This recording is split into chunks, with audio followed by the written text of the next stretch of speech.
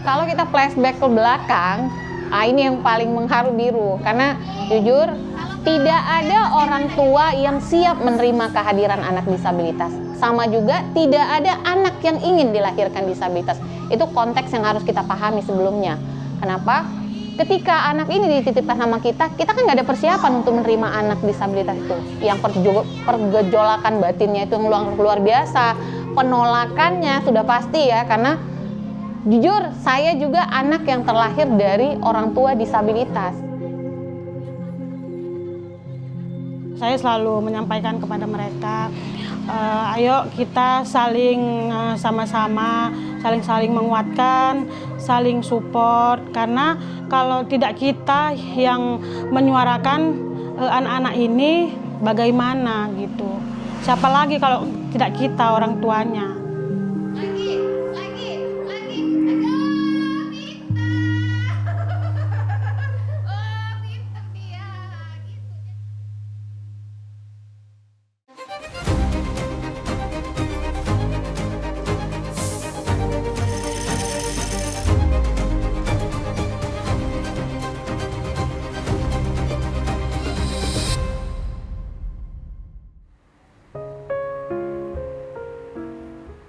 Kota Pematang Siantar menjadi saksi lahirnya sebuah inisiatif sederhana yang berangkat dari pengalaman seorang ibu.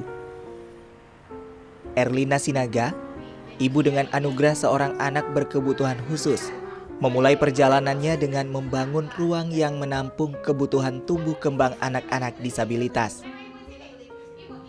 Rumah Ramah Anak Berkebutuhan Khusus Kota Pematang Siantar adalah wujud cinta Erlina kepada semua anak-anak disabilitas. Sebuah ruang nyaman agar setiap anak mendapatkan kesempatan tumbuh dan belajar tanpa rasa takut, dan orang tua merasa tidak sedang berjalan sendirian. RRABK bukanlah sebuah fasilitas besar dengan peralatan lengkap. Namun rumah ini menjadi tujuan keluarga menemukan akses, pendampingan, serta lingkungan yang mendukung. Perjalanan Erlina membesarkan RRABK berlangsung perlahan. Kasih sayang yang ditanamnya pada rumah ini sama besarnya seperti kasih sayang terhadap anaknya. Sebab rumah ini adalah rumah bagi anak-anak disabilitas yang sedang berjuang meraih kemandirian. Nama saya Erlina Srihawani Sinaga. Kebetulan saya pendiri dan ketua dari Yayasan Rumah Ramah Anak Berkebutuhan Khusus. Sebenarnya kan kalau Rumah Ramah Anak Berkebutuhan Khusus ini sebenarnya kan komunitas dengan anak-anak disabilitas dengan berbagai diagnosa.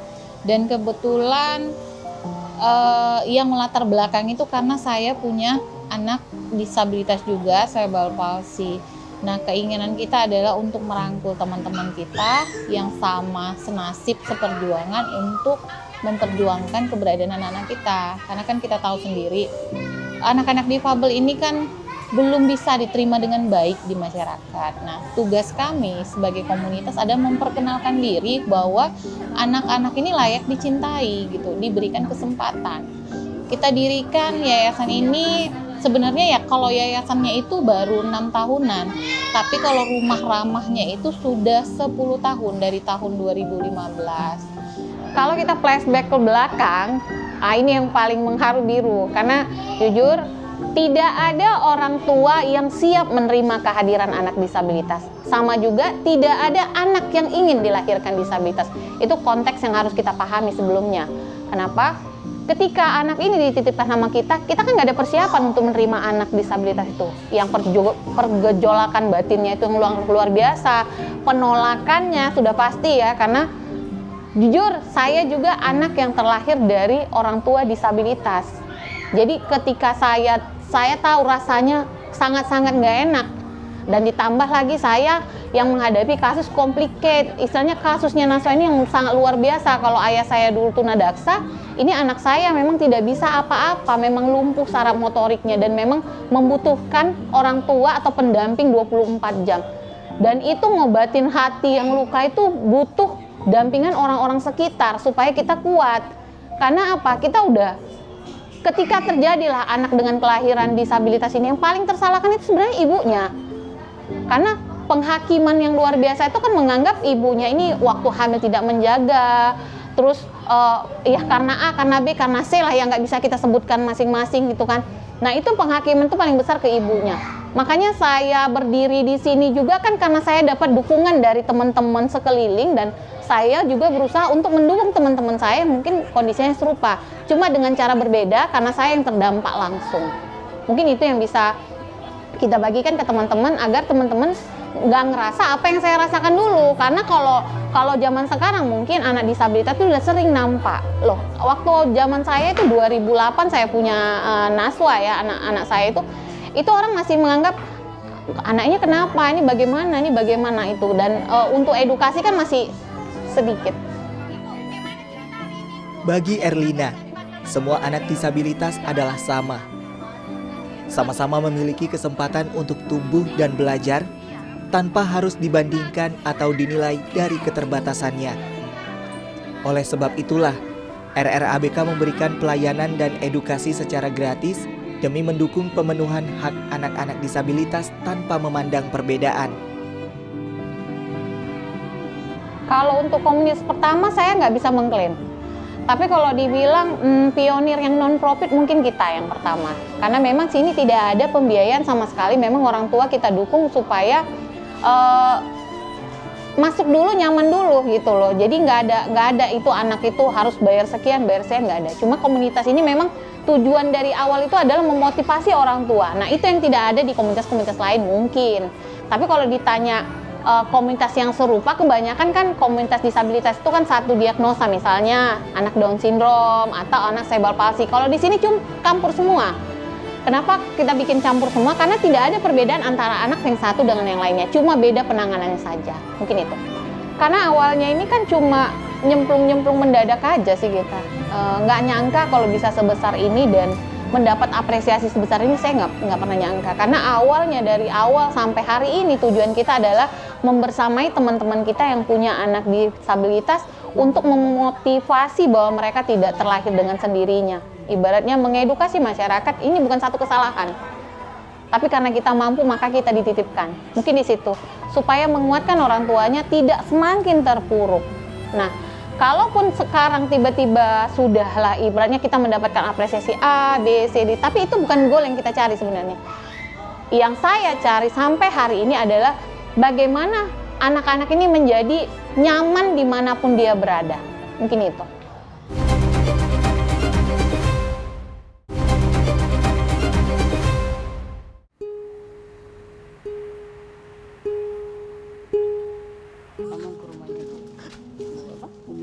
Iya, udah lama dia nggak datang ya kan. Ingin kabar. Yumi. Udah lama ya nggak jumpa ya kan. Mana Mi? Udah sampai mana Mi? Apa lagi dikerjain? Yang ini namanya batik cap, Kak. Kalau yang ini dia batik tulis. Jadi salah satu tulisnya. Ya. Mana yang? Canting. Apa lagi Mi? Selain batik apa lagi Mi? Kalau ini Kak dari perca. Kan sayang Kak kalau perca dari penjahit buang ke lubang sampah ya kan. Bismillah ya, nanti semoga ada tempat pemasarannya ya. Ini kan bagus dia. Erlina Sinaga, sosok di balik rumah ramah anak berkebutuhan khusus, telah mendampingi banyak orang tua dan anak disabilitas. Dalam proses pendampingan tersebut, ia menemukan berbagai potensi dan keterampilan yang dapat dibina. Selain keterampilan membuat produk dari bahan daur ulang, salah satu anggotanya juga berhasil melebarkan sayap RRABK ke wilayah Medan Marelan. Adalah Nurjanah Daulay, ibu dengan anak berkebutuhan khusus yang selalu berupaya memperjuangkan kesehatan anaknya. Semangat yang sama, memperkokoh fondasi, memperkuat komitmen, dan memperluas jangkauan demi memenuhi hak anak disabilitas dan menciptakan ruang aman untuk tumbuh bagi mereka.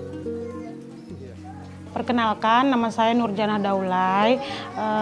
Saya seorang ibu rumah tangga dan di RRABK Marelan ini saya ketua dari komunitas ini. Kebetulan saya sendiri memiliki anak disabilitas, yaitu Hawa. Nah, waktu awal itu saya ini masuk di dalam grup WhatsApp. Nah, di sana saya bertemu dengan Ibu Erlina Sinaga. Memang sebelum di WA itu, kami berjumpa di WA itu, saya sering melihat konten-konten Bu Erlina Sinaga ini bersama Kak Nazwa, dan juga selalu update tentang RRABK. Nah, di sana di grup itu saya memberanikan diri untuk langsung berkomunikasi secara pribadi dengan Bu Erlina. Nah, di situ waktu itu saya bilang sama Bu Erlina, Bu, di sini banyak loh anak-anak disabilitas. Boleh nggak Bu, saya membentuk juga RRABK di Marelan ini. Dan waktu itu memang Bu Erlina mengizinkan. Bu Erlina menyuruh kami ini kumpul di Marelan. Nah, waktu itu kami awalnya itu cuma 17 orang, Kak. Awalnya itu cuma 17 orang. Itu pun memang saya waktu itu mengajak mereka itu dari pintu ke pintu. Dan saya juga membawa anak saya karena memang kita mengajak orang-orang tua ini kan nggak begitu gampang, apalagi punya anak disabilitas ya kan Kak. Pasti ada rasa kecil hati gitu. Makanya waktu itu saya bawalah Hawa, ini loh saya juga punya anak berkebutuhan khusus, agar mereka juga komunikasinya juga enak lah dari hati ke hati, karena kami ini sama gitu.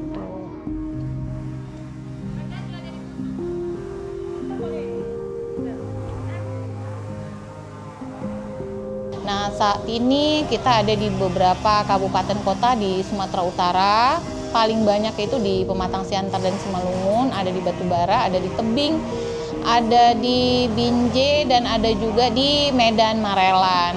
Karena awalnya kalau ditanya ke belakang ini kayak nyemplung mendadak ya. Ibaratnya gini loh, saya nggak pernah bermimpi kalau suatu hari nanti RABK bisa sebesar ini. Saya tidak pernah bermimpi.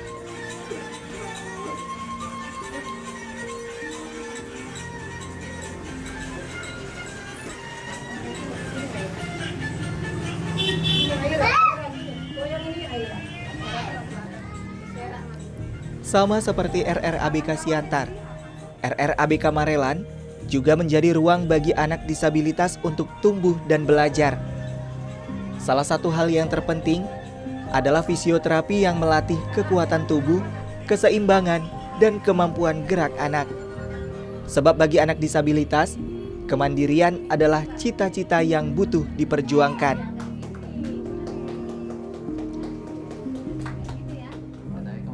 RRABK Marelan berkolaborasi dengan fisioterapis yang sukarela, memberikan waktu dan tenaga untuk mendampingi anak-anak disabilitas. Kolaborasi ini menjadi bukti bahwa kebaikan masih sangat dekat dan ketulusan akan selalu menuntun pada kebaikan. Nah, saat ini kami berkegiatan di RRABK Marelan itu seperti sosialisasi bersama dokter, terus juga ada fisioterapi juga, dan itu memang disupport oleh sukarela, disupport oleh orang-orang baik yang memang mau membantu anak-anak di RRABK Marelan ini. Pasti Kak, karena kan kita ini kan bukan 1-2 kepala. Di sini banyak, dan itu memang sifatnya juga berbeda-beda. Jadi memang kita harus sabar menghadapi, apalagi emak-emak ini kan.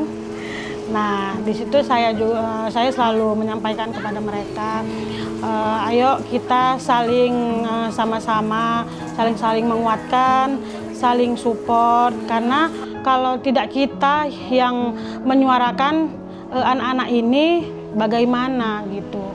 Siapa lagi kalau tidak kita, orang tuanya.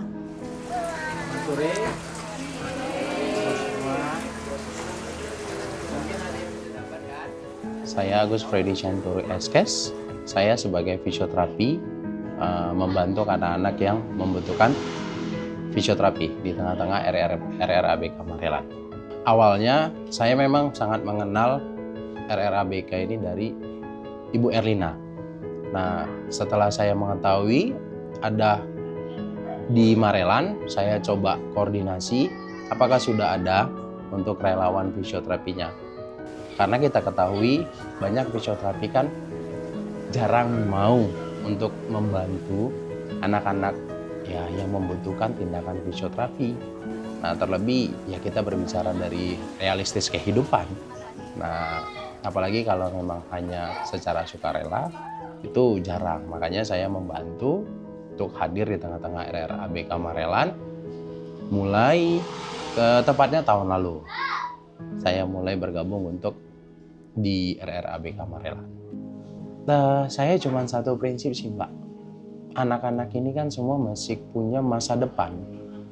Terlebih dengan gangguan-gangguan, kerusakan-kerusakan pada otaknya, tidak semua itu hanya bisa tiduran saja. Atau kita katakan cuma di kursi roda. Mereka semua masih punya harapan untuk bisa berjalan, bisa sekolah. Nah, jadi yang mendorong saya satu halnya seperti itu.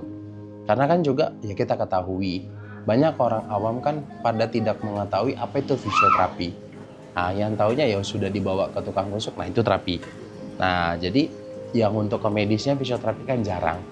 Jadi saya mencoba untuk memberikan mereka pemahaman peranan fungsi fisioterapi itu apa di tengah-tengah anak-anak mereka.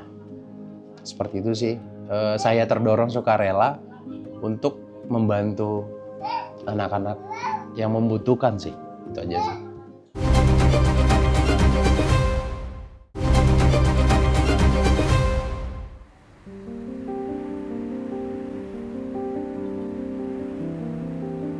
Perjalanan rumah ramah anak berkebutuhan khusus bukan hanya tentang memberikan pendampingan, melainkan tentang menyalakan harapan dan membuka peluang bagi setiap anak untuk berkembang. Semangat, komitmen, dan kerja keras berjalan berdampingan dengan ketulusan dan kepedulian, mampu melahirkan harapan baru dan dunia yang lebih inklusif bagi mereka yang membutuhkan perhatian dan dukungan. Namun tantangan akan selalu ada, mulai dari keterbatasan tenaga relawan terapi untuk anak-anak hingga fasilitas lainnya. Meski begitu, setiap langkah kecil yang diambil tetap membawa perubahan yang berarti. Menjadi bagian dari perjalanan menciptakan ruang aman, inklusif, dan penuh harapan untuk mereka. Cari volunteer untuk di kabupaten atau di kota Madia, cari volunteer untuk di sinilah ya, di Kabupaten Simalungun atau di kota Pematang Siantar itu agak sulit. Yaitu satu, keterbatasan SDM juga. Jadi kalau kita pun mau link ke dinas kesehatan atau kita link ke rumah sakit, memang keterbatasan secara tenaga medis. Jadi makanya kami membutuhkan sangat dukungan dari orang-orang baik yang mau menjadi volunteer. Karena kami kan yayasan non-profit. Kami tidak ada pembiayaan di sini. Jadi besar harapan saya bisa menjangkau orang-orang baik untuk bisa memfasilitasi. Nah, kenapa kita buat berbasis gratis? Kenapa nggak profit saja gitu? Mungkin sebagian orang kan banyak yang bertanya kayak gitu. Karena yang kita jangkau ini kan menengah ke bawah, orang-orang yang memang tidak mendapatkan akses baik itu BPJS. Nah, walaupun saat ini sudah ada ya kita lengkapi, cuma mereka tidak nyaman untuk terapi di rumah sakit dengan alasan kalau di rumah sakit menunggu lama, masih bercampur. Nah, kalau di sini kan rumah nyaman anak-anak. Lihatlah orang kakak tadi lihat di sini kan nggak ada anak-anak yang nangis kan, karena memang ini tempat bermain dan tempat yang nyaman buat mereka. Jadi kalau mereka terapi di sini dan mereka terapi di rumah sakit itu sangat-sangat berbeda. Saya ingin bermanfaat bagi banyak orang. Apa sih yang bisa saya lakukan? Mungkin karena saya memiliki anak berkebutuhan khusus kali kan Kak. Saya bisa merasakan gimana begitu. Intinya saya ini supaya bisa memperpanjang tangan anak-anak ini, suara anak-anak ini kan Kak. Supaya lebih banyak lagi gitu orang-orang baik yang mau membantu. Ya ini tadi seperti fisio, karena kalau di rumah sakit itu kan Kak anak disabilitas umur 7 tahun itu sudah tidak diperbolehkan lagi terapi di rumah sakit. Nah, sedangkan anak-anak kita ini kan kita tidak tahu Kak sampai kapan mereka. Ya kan Kak, kalau kita melihat anak-anak ini kan panjang. Bahkan bisa kita lihat seumur hidup. Mungkin kan Kak. Makanya itu ya inilah Kak. Makanya saya termotivasi begitulah untuk membentuk komunitas ini supaya saya bisa jadi perpanjang tangan anak-anak ini. Ada kabar dari RRABK Marelan, ada satu anak yang ketemu saya itu awal itu ngesot, tidak bisa ngapa-ngapain. Setelah hampir ya setengah tahun lah gitu berjalan, sekarang tuh anak udah jalan. Yang makin membuat saya semangat itu ya seperti itu. Dan ada yang di beberapa yang belum ya awal nggak bisa ngapa-ngapain udah mulai terhadap fungsi lehernya dan sebagainya lah. Itu yang membuat saya semakin termotivasi. Ya semoga terlebih dari sisi saya sebagai fisioterapi semakin banyak teman-teman sejawat yang mau membantu. Kita kalahkan ego, kita harus dibayar atau tidak, itu bukan tujuan pertama kita untuk membantu. Bagaimana peranan kita sebagai fisioterapi membantu. Kemudian ya saya juga berharap bukan hanya dari sisi fisioterapi, semoga juga dari sisi teman sejawat lain, terapis wicara ataupun okupasi terapi mau juga merangkul ya anak-anak yang seperti ini di yayasan-yayasan yang ada, terlebih juga di Marelan. Itu sih harapan saya yang besar. Karena mungkin satu dorongan dari keluarga, dari suami, karena apalagi suami itu tidak pernah membatasi saya. Terus support juga dari orang-orang baik yang memang sukarela membantu kami. Apalagi Bu Erlina Sinaga itu selalu mendorong saya supaya ayo kita sama-sama. Karena memang harus kita yang berusaha untuk anak-anak ini, agar anak-anak ini dilihat seperti itu. Terus juga relawan seperti fisioterapi juga, dokter-dokter juga. Semakin banyak orang-orang yang mensupport kegiatan kami, jadi itu jadi semangat untuk saya, jadi motivasi untuk saya. Seperti itu Kak. Harapan untuk anak-anak disabilitas bukan hanya anak-anak Yayasan Rumah Ramah Anak Berkebutuhan Khusus, tapi semua anak-anak disabilitas. Kalian luar biasa, kalian hebat. Saya bangga pernah berkenalan, pernah berjuang bersama-sama kalian. Semoga kedepannya semakin banyak cinta untuk kalian dan untuk masyarakat sekitarnya. Kenali mereka, cintai mereka, karena mereka adalah anak-anak luar biasa yang dititipkan bukan hanya kepada saya, tapi kepada kita semua. Ayo kita jaga mereka, kita lindungi mereka, kita kasih kesempatan kepada mereka untuk bisa berprestasi ke depannya. Semoga secepatnya kami juga bisa memiliki tempat gitu Kak, supaya kami berkegiatan itu nyaman, seperti itu sih Kak. Saya juga kepengen tidak hanya anak-anaknya saja, ibu-ibunya juga bisa, misal kayak yang disiantarkan Kak, bisa membatik, bisa inilah Kak, UMKM, belajar UMKM seperti itu.